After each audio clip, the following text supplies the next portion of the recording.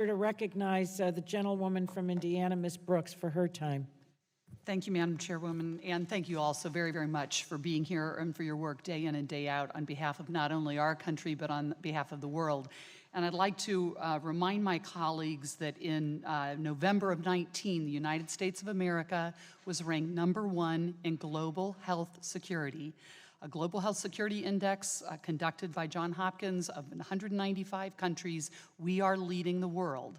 Now, that doesn't mean that we can't always continue to improve, and that's what PAPA, which was passed signed into law in June, did. It actually took care.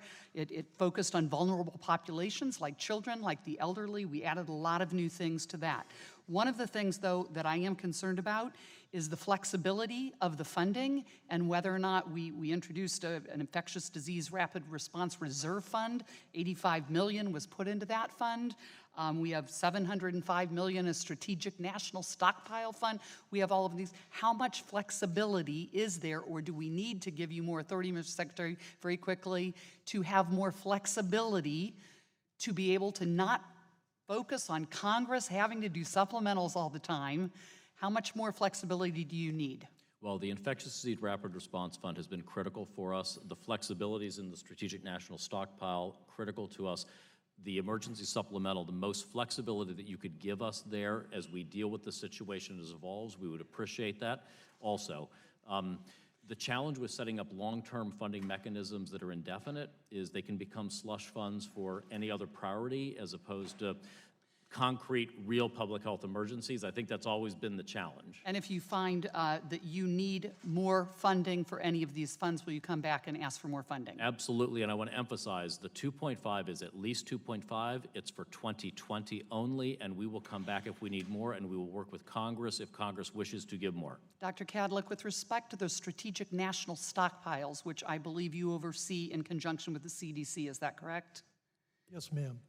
What is the status of our strategic national stockpiles? Well, Can you quickly say what those are? sure, it's a variety of countermeasures that deal with chemical, biological, radionuclear capabilities, as well as for pandemic influenza. We have a supply of personal protective equipment that we have on hand.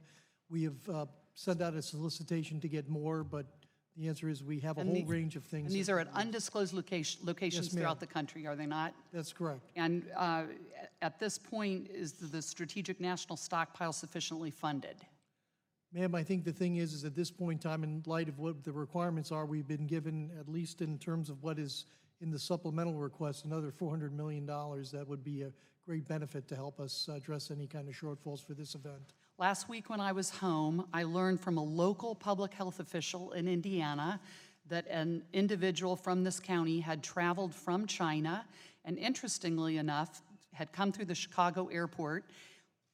And the Chicago airport officials notified this public health official, said this person is coming home to quarantine, which I thought, and she appeared at this individual's home within 24 hours of that person coming through the Chicago airport.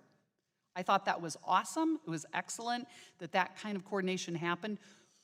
How did that happen, and is that happening all across the country?